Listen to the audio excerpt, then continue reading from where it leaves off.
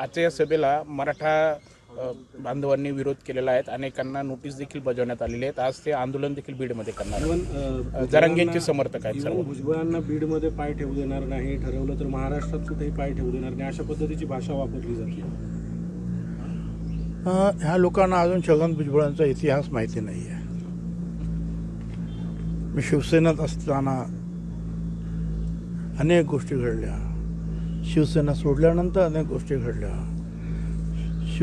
काँग्रेसमध्ये गेल्यानंतर शिवसेनेच्या विरोधात गेल्यानंतर अनेक गोष्टी घडल्या आणि अनेकांची अशी आव्हानं जी आहेत छगन भुजबळने पचवलेली आहेत हे त्यांना अजून माहिती नाही. कारण ते त्यावेळेला राजकारणात काय कदाचित ते शाळेत सुद्धा नसतील, एवढे लहान असतील बिचारे, त्यामुळे ते अशा ज्यात फालतू वल्गना करतात.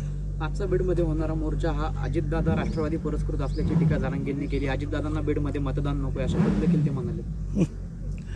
हे बघा, हा मोर्चा कुठच्याही पक्षाचा पुरस्कृत नाही, तो राष्ट्रवादीचा नाही, तो BJPचा नाही, तो कुठल्याही शिवसेनेचा नाही, काँग्रेसचा नाही. हा आहे महात्मा फुले समता परिषद प्रणीत ओबीसी एल्गार. पण त्याच्यामध्ये वेगवेगळ्या पक्षाचे कार्यकर्ते जे आहेत, कदाचित नेते येऊ शकणार नाहीत काही नेते, पण कार्यकर्ते जे आहेत ते सगळे मात्र एकवटणार आहेत. साहेब, आज हैदराबाद गॅजेट विरोधात जी ओबीसी धन्यवाद. संघटनांनी